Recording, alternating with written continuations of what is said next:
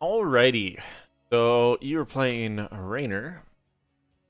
I find if you're ever concerned about team fights, you should still be going ace in the hole for most situations. If you're really worried about the race, if you just think that they're going to completely outrace, then Exterminator's really good for racing. But my only concern is just the how well your team fights are actually going to be, not picking ace in the hole because it's essentially a flat 15% damage increase in most team fights. But I think it's fine to go with this, and you guys do still have a decent team fight between Diablo, Imperius, and Li Ming. Um, so you should be okay. They probably still outrace because Vala races really hard, but either way, you should be okay. Pretty solid stutter stepping. Um, yeah, I guess that's fair. Oh, she didn't even go the race talent. You guys for sure win race.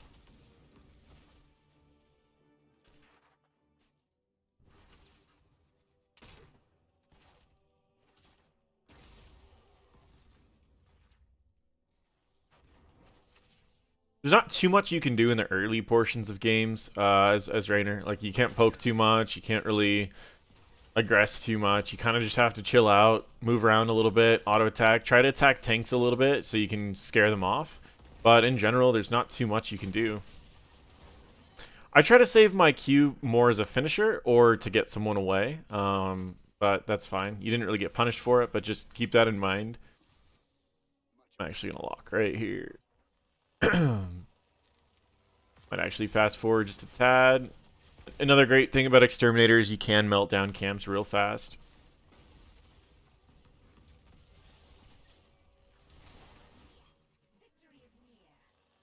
Free camp.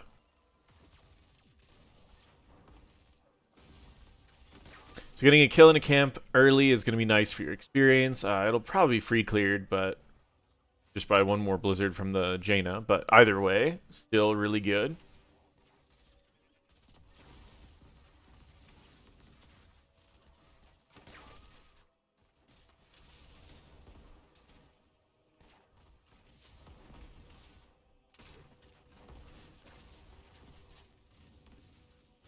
Sorry, I'm just kind of looking at a few things.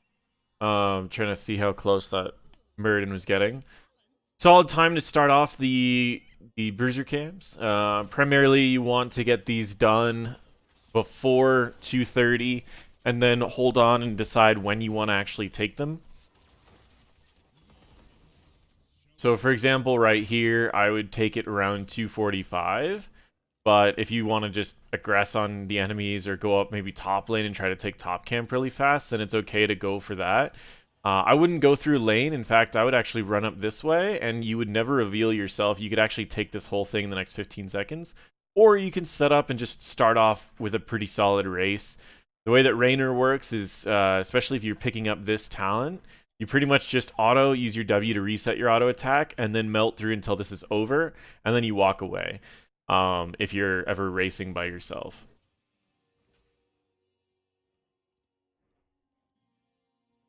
This is a terrible talent. Anyone would go this talent.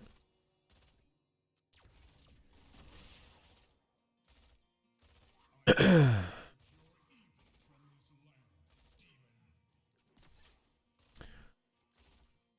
to just clear this up quickly.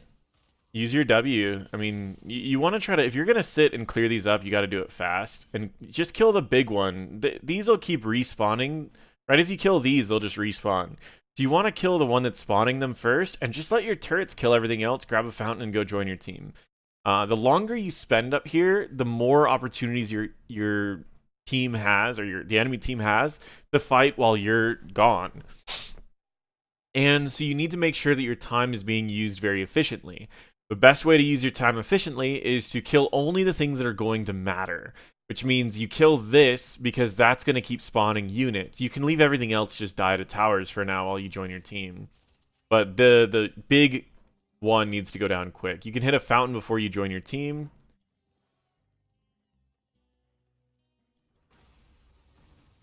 This is not bad, actually. So, right there, you used your W while you were still mounted and running towards it, and you wasted 2 seconds of your W before you even fire off your first shot. Your W resets your basic attack cooldown. So what you want to be doing is you want to try to save your W for right after you fire an attack. And I actually like to step pretty close to targets before I even dismount, so that you can kind of get close and then auto attack W. And if they try to come towards you, you cue them away. If they don't come towards you, then you're already close enough to where even if they're starting to run away, you get 2 or 3 more autos off. The next thing I'm not a huge fan of right now is your positioning is in the same spot that if Jaina throws a blizzard at you, Imperius, or whoever this is, Alexstrasza, it's going to hit all 3 of you. So whenever you're playing a ranged DPS, try to get in a flanking position, kind of like where this Li Ming is. Like if I was playing Raynor, I actually would have walked down this way and started just shooting people down this direction while Li Ming's firing off orbs in this direction, so they can't run upward and they can't run downward without taking extra damage. So the only people that you have sitting in this little area is your Imperius and your Alexstrasza.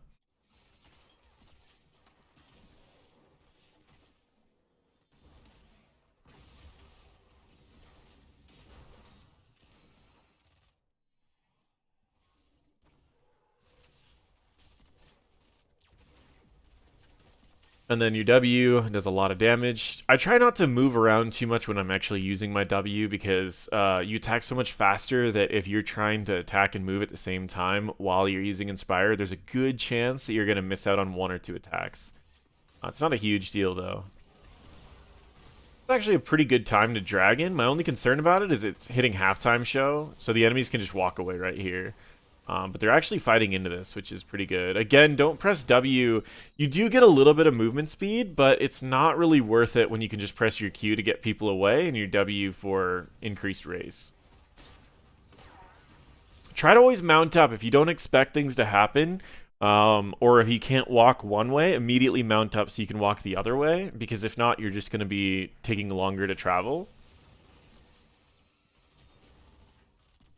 Block party is going to be really annoying for you to deal damage. Right here, just back. Like, don't hesitate. You have no mana. There's no way you're going to be able to race there. You just want to back, get full health, full mana, and then you can go back in when your team's actually up, rather than walking in and trying to fight down without mana.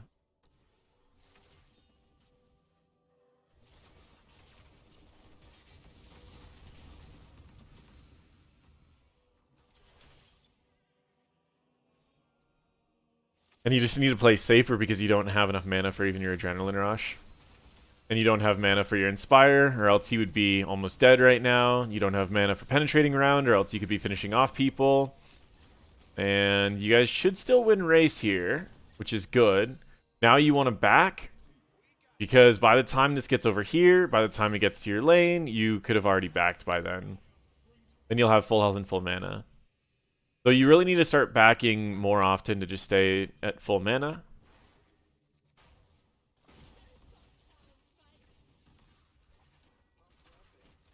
You don't actually need this talent if you're not going ace in the hole, but it is still a really good talent, so I'm not gonna like trash you for it, because I still pick that talent a lot of times, especially against like something like Lucio. You can slow him down; he'll be a lot less annoying. Some people go with Slug, some people go with Feel the Rush. I find Feel the Rush, if you're not picking Unstable, Feel the Rush is really strong, but not necessary. I'll still take the talent you took a lot of times. Ooh, almost. If that orb would have landed, it would have killed him. Yeah, you guys don't really need to overstay. Winning an objective's already really big. Just the fact that they don't get that value is huge. For Imperius, I wouldn't take Battle Hunger anymore. I would take the increased armor. Because you already heal a decent amount. You're going to get more healing at 13, so you don't ever really need the Battle Hunger anymore. Unless like it's necessary to take out whoever you're fighting in lane. But you should be able to beat an ETC without needing Battle Hunger.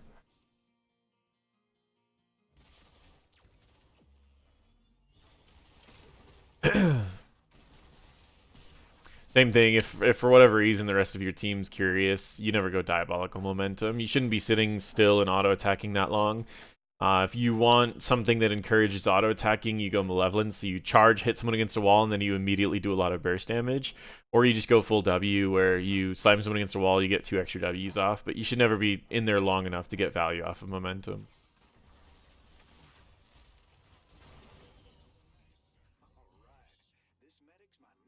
Because most team fights, you're only really going to get 2 auto attacks off, so Malevolence is kind of the highest value you'll ever get.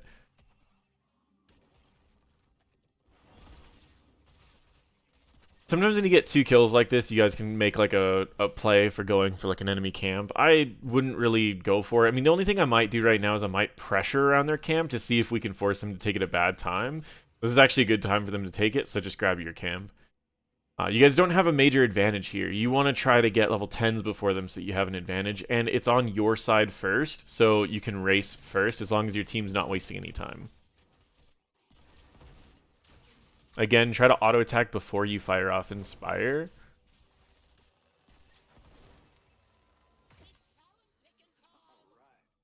So with the ults, Raynor's Raider is the highest single target damage. Hyperion is pretty good for team fights. My only concern about Raynor's Raiders, even though it is kind of better in this situation, is if you're not great with it, it's a terrible pick. And what I mean by that is if you're not good at microing it on whoever you're attacking and then moving it away so it's not killed, it's a terrible pick and you should never pick it. And on this map, it's also risky because most people pick things that do bonus damage to non-heroes. And like if Valo in the correct build, 1 Q would kill your Raider. So it can be a very risky talent to pick up. And in general, I would almost always be picking Hyperion just because it's so much easier to get value out of. But Hyperion is, or sorry, Raynor's Raider is more single target damage. You just need to be careful, like that you just lost half of the health of the Raynor already, or the Raider already.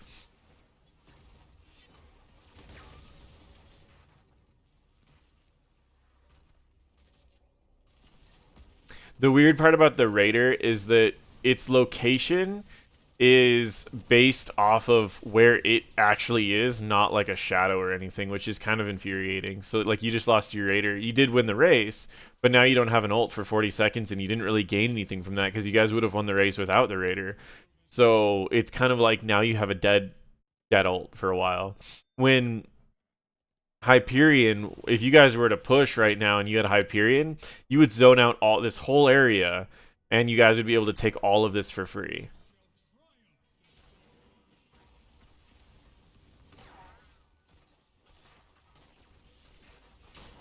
Again, you're firing off your W when you're not really focused on anything in particular. You want to try to fire off your W when you're attacking the target you really need to kill, rather than just like waves or anything like that. But yeah, this should be pretty good. Apoc's going to slam him into the ground. Now, here's the thing is if you had your Inspire still, you smacked him against the wall and he was going to get stunned once from Diablo, once from the Apoc, and then it's all up to you to do the most DPS. Wouldn't it be nice if you still had Inspire? Oh, he's running Mosh? That's crazy. Absolutely crazy.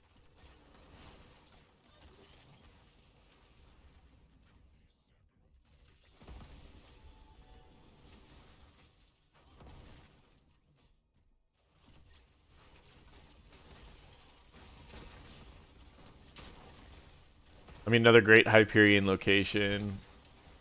Nice job dodging the ring. You stepped away, but you didn't walk all the way out first, which is good. If you would have walked all the way to the edge, you would have hidden the ring. So you walked into the middle, you waited for the ring to go off, and then you walked away. That's good. You're going to want to back right after here because there's going to be nothing left on the map to get, and you need the extra mana. So you should always look at the map real quick, and you should not be getting a fountain here because it's only going to get you to half mana. You want to be looking at situations and go, what can I get here? What's available on the map? And what can we do with this? Because you could have actually backed and then ran top and gotten there at the same time as this. And again, you popped your W before you were even up to it, wasting the first second. And you waste that extra shot. So you always get that extra shot if you can fire it off.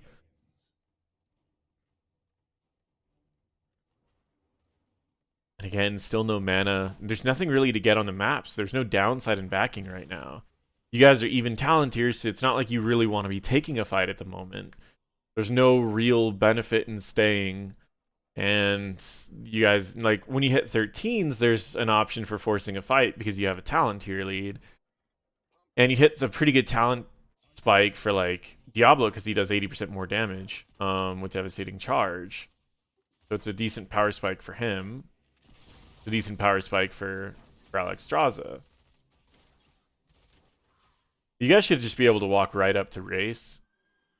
Oh, weird. Good kill though. Arguably just positioning, you went in for the kill there. I don't think this is a bad position. Yes, you guys got hit by a mosh, and yes, you probably should be spreading out your mosh interrupts, because you should be nowhere near Li Ming. Li Ming and you are the two easiest mosh interrupts, so because he can't interrupt Mosh without Apocalypse. She doesn't have anything to interrupt Mosh. He doesn't have anything to interrupt Mosh. I think his spear interrupts Mosh at the same time that he gets hit by Mosh. So you three are the best answers to it. So you need to make sure that you are away from these two at all times. But overall, their positioning wasn't bad for finishing off that kill. It's just that that kill likely would have been finished off without you. We're going to fast forward through your death. You get right on racing. Again, you're popping your W before you fire off that first shot, and you're missing out on a decent chunk of your W. It's repetitive, but it's important. And half your health of your Raiders already down again. You guys have time to kill this, but you need to not hesitate. If you're going for it, go for it. If not, go for defense. They're about to hit 13s.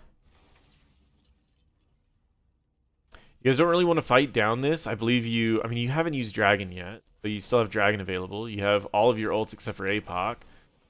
So whenever you're in situations like this and you're not really sure, unless it's really close to dying, never really race first. Always focus on hitting the targets first, and then if you have like a long range hero like a Li Ming, she can poke at it while you focus on getting kills. You only race when it gets really low and you can drop it very quickly. Here's another situation, your Raider's just dying and you need to make sure that it doesn't die. If it dies, then you're losing your ultimate ability without really getting any value from it. Once again, it's dead and you don't have an ult anymore. Was there at any point during this, did you feel like you got enough value out of this to be worth the amount of damage you could have gotten with Hyperion? So for example, Raynor's Raider does 146 damage per second. During the fights that you were actually alive, it was probably alive for about 6 seconds worth of combat. Hyperion does 114 damage per second to 4 enemies at a time, meaning that you'd only have to have your Hyperion out for 2 seconds to get more value. And it goes out for 12. Nice job taking just a quick step back, making sure that you weren't getting hit. Pretty solid auto attacks, getting everyone really low. Always follow up the targets your team is attacking, which is really good. And then when it's safe to do so, just attack whoever you possibly can. Mosh should be coming up pretty soon, so I would make sure that you are separated from Li Ming and your team's struggling at the moment. So you want to be backing up anyways. If one person's backing, you need to look at this and go, do I need to back? Because if one person's backing, that means you already can't fight until this person comes back. So a lot of times it's best to just back with that person. Like, Alexstrasza doesn't need to back because she's full health and full mana. But you, on the other hand, I mean, you could have at least gotten a fountain if you were wanting to, like, immediately take another fight. Again, pressing your W without actually getting an attack off first. And your Raider's dead again.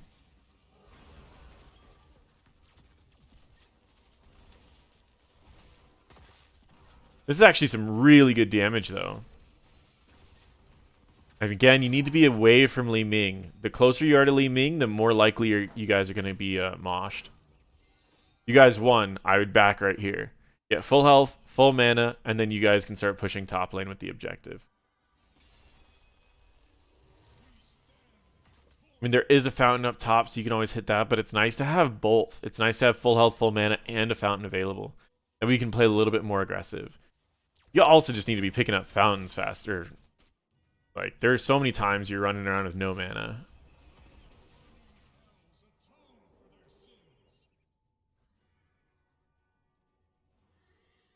The rest of the build's honestly solid. Like, the only thing is, like, Exterminator is only really necessary if you're really racing, but if you're...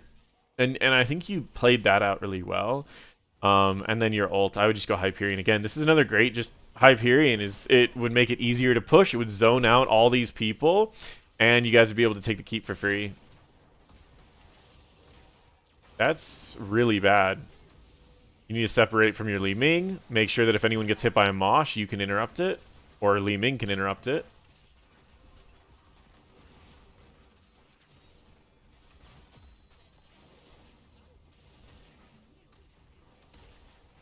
Nice job.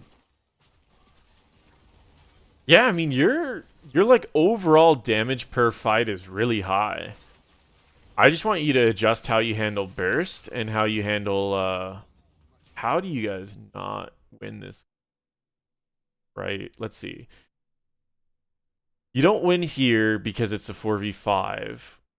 You guys have already used all of your ultimates. So you walk away. You grab this camp, then you go down, you grab this camp. You force them to take their camp at a bad time. You grab your camp, and the next objective starts. You guys win the next objective. You win the game.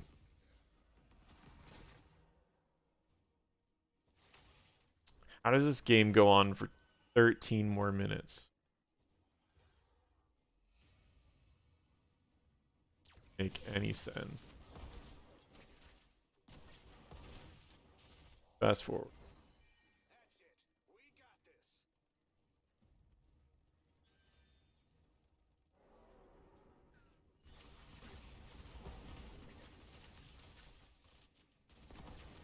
I would try to force them to take theirs at a bad time and then free clear it, which it looks like they're going to take it at a bad time anyways. But they might be already done with it. So you just want to go there and show them that you guys can take it so that they grab it. You don't actually need to fight for this. Yeah, that's perfectly fine. Now you guys clear it, and then you grab yours.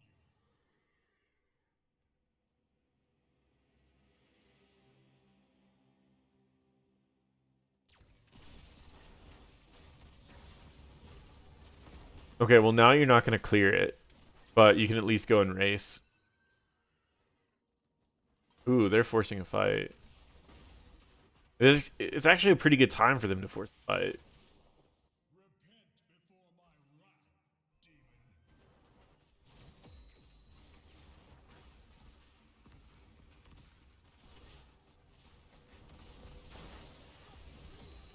And just immediately interrupt there. So if he does a mosh and it doesn't hit you or it doesn't hit Li Ming, it's free interrupt. And both of you guys interrupted, which is good. Now you just need to melt down people. You try not to attack a Murden that's... I mean, he's the safest target, so you can honestly just attack him. But usually when a Murden pops Avatar, there's like no way you're killing him.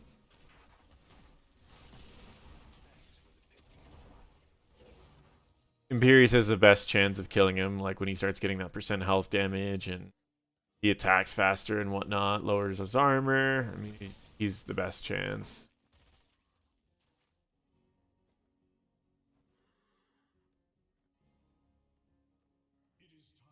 You guys just gotta keep for free. Just go on defense. You can fight a 3v5 under this. It just depends on what ults they've already used.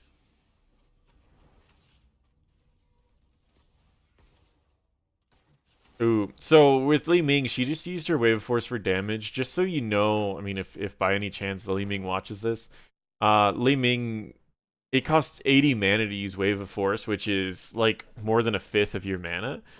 You don't usually want to be using that. You want to be using like your Q and your W and save your Wave of Force for resets or interrupts, and that's it.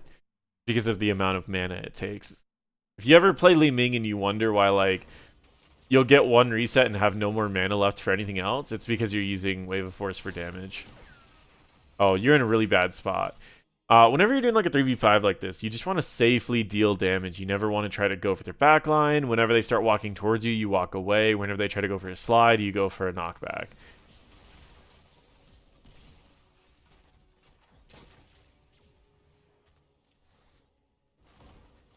What is he doing? It's like he was gonna go for a mosh and he didn't have his mosh up.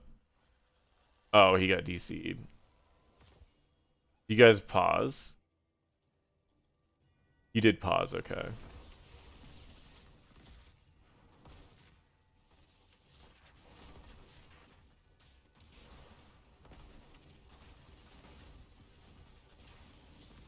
Again, you're standing still. You need to make sure to be at like max range when you're playing defensively. Ooh, that's really good. We were able to get away from that. That's a dead Jaina. Nice. If you guys could kill one or two more, you just ignore this and you go in the game. So if you're ever in a situation where like death timers are really long and you get a couple picks, even if you're losing an objective or even if you're losing something, but their core's open, you can end the game. So like right here is a great example of this, where if you guys would have chased and gotten one more kill, you literally just walk through, end the game, and you've got 4 katas here. And you could at least stop them from recalling and do half of its health with just katas alone.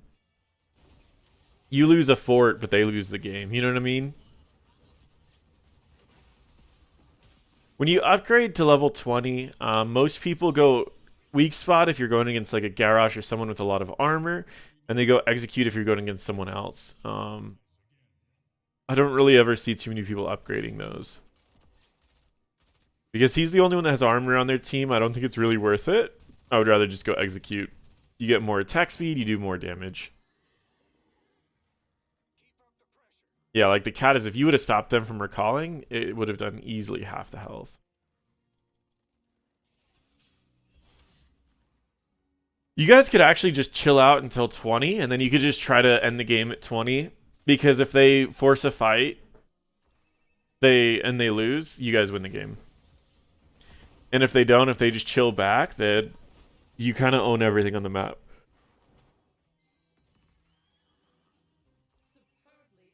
What'd you pick up? Yeah. Execute's good. They're all bot. There's nothing they can get bot. You guys could just go rush to end the game.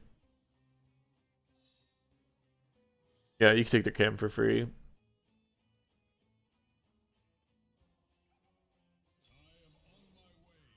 This is there. You guys are like literally showing them where you are. So when you're doing ambushes, the best places to ambush are places that the enemies have to walk through. So you see them all down here. Instead of trying to hide right here, you immediately hide right here.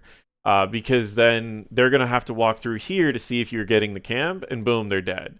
You try to always ambush in places that they have to go through, and make sure that your raider's not showing, because right now your raider's just literally showing where you guys are because there's a raider just sitting here, so they're not going to go in that bush.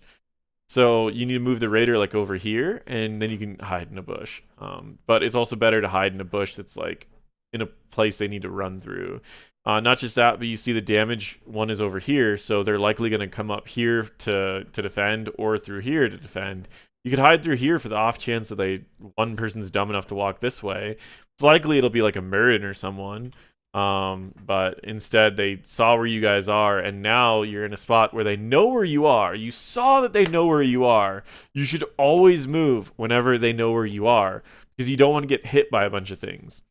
Like this, for example. He can slide over this wall and mosh 4 of you. And then with Icy Veins, she kills all 4 of you. You guys lose here if you don't move.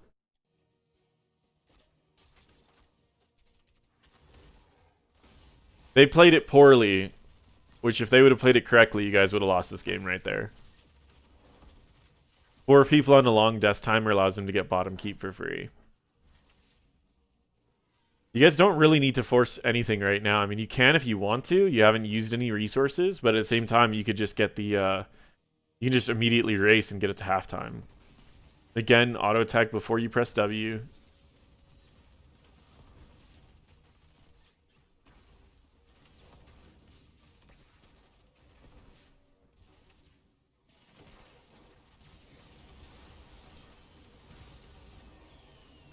Save your Q to interrupt.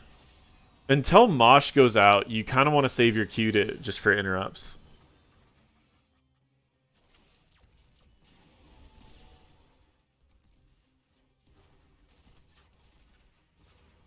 Nice job. That's 1 reset too. Nice. You guys could actually just end the game here if you wanted to. Instead of going for race, They don't have a healer up. You guys are kind of melting them down. I mean, you guys don't have a healer up either, but you all have self-healing. So you could just end the game. But also winning an objective here wins the game. Yikes.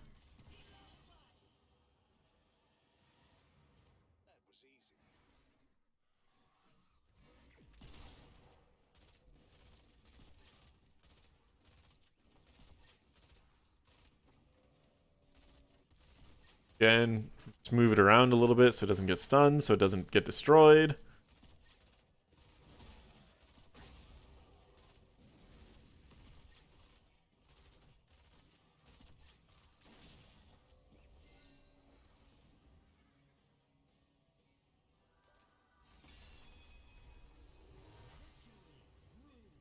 Whenever that's taken, you can always grab those double globes with your team, or just go and grab like a fountain or something. Again, you're staying with really low mana.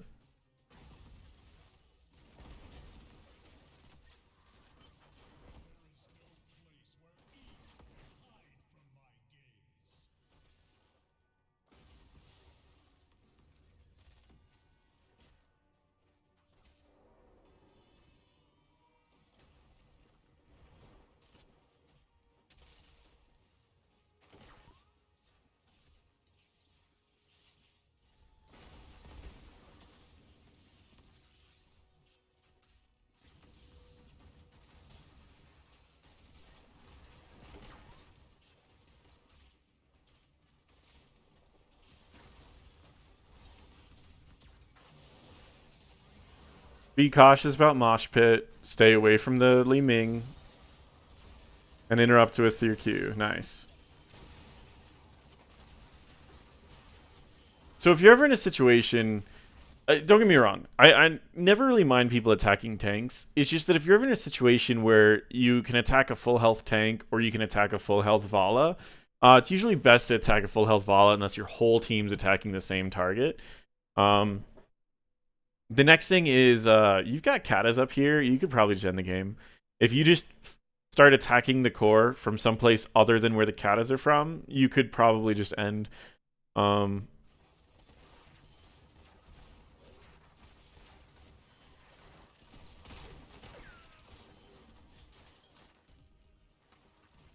guys, man, it's like if you could have just auto attacked like 2 or 3 times onto that core, you would have ended the game. Oh, either way, yep, this is not bad. While they're distracted, pick up a camp. I wouldn't actually grab this camp right now. I would save it for the objective, so you get the objective for free. But I guess if you're just worried that they're going to steal it, that's one thing. Just back, you need health and mana. I mean, fountain at a minimal, but yeah, backing's much better. Go to race first. To be honest, yeah, it looks like you guys are going to sneak a victory, which is probably the best plan. Let them race. While they're racing, you guys just end the game. You're the only one attacking the core, and you didn't have Hyperion. Yikes. So the only time you ever do these sneaks is when you see the enemy like racing. So you go in the second that they start racing, and then you just immediately suicide at core. But everyone needs to be on the same page. If you guys are making a call for core, everyone needs to attack core. If everyone is attacking core, like just look at how much damage is left on core, right? So core has 4,749 health, right? Let's look at how much damage you guys did to their heroes, right? So we've got Lucio, who's at he was down by 1,000 health. You have Jaina, who's down by 2,000 health. You have Muradin, who lost what? He lost 6,000 health. Do you see how if you guys just didn't attack Muradin, you guys would have just won the game? So you all need to be on the same page. You guys could have won that team fight if it was just a team fight. But the fact that it was not just a team fight. Now, there's a good chance you guys still win with... Oh, actually, they might just end here. Interesting.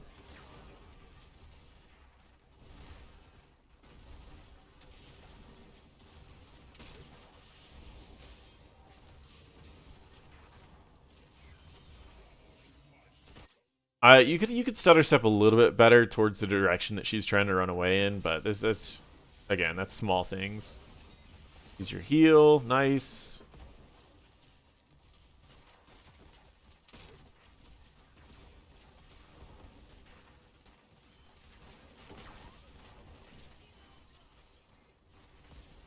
Jaina's going to be doing the most damage. Nice, you swapped over to Jaina. Little late on that, but yeah, that's rough. Honestly, if you guys just literally would have changed your calls, you would have won the game there. But you also could have just won by letting this push, and you guys just win because they would be distracted by this camp, and you win with the objective. So sometimes you don't need to make crazy calls. Like, you guys legitimately would have won just by playing the objective because you had the advantage. The few things that I might want to show you really quick is just, I mean, I don't know how much I have to say it. So I don't want to make it sound like repetitive or anything, but how you handle your W needs to be. There's too many times where you are going in for something and you'll go like this. Okay, that was 3 seconds right there, right? Now let me show you again what it should be. It should be this. That's 3 seconds as well. So one of those did way more damage, almost 400 damage more than the other one. So again, what you've been doing is you'll use your W to dismount you. You'll use like half of it, and then you'll go for 3 seconds, and you'll do 761 damage. But you're actually missing 1 whole second from your thing, and you're missing an auto attack reset. So if we go the full duration of this, so we did the full duration right there. Let's go the full duration again. So the last one was 791, and this is 1103. And you see how that's 66% of a Raynor's health.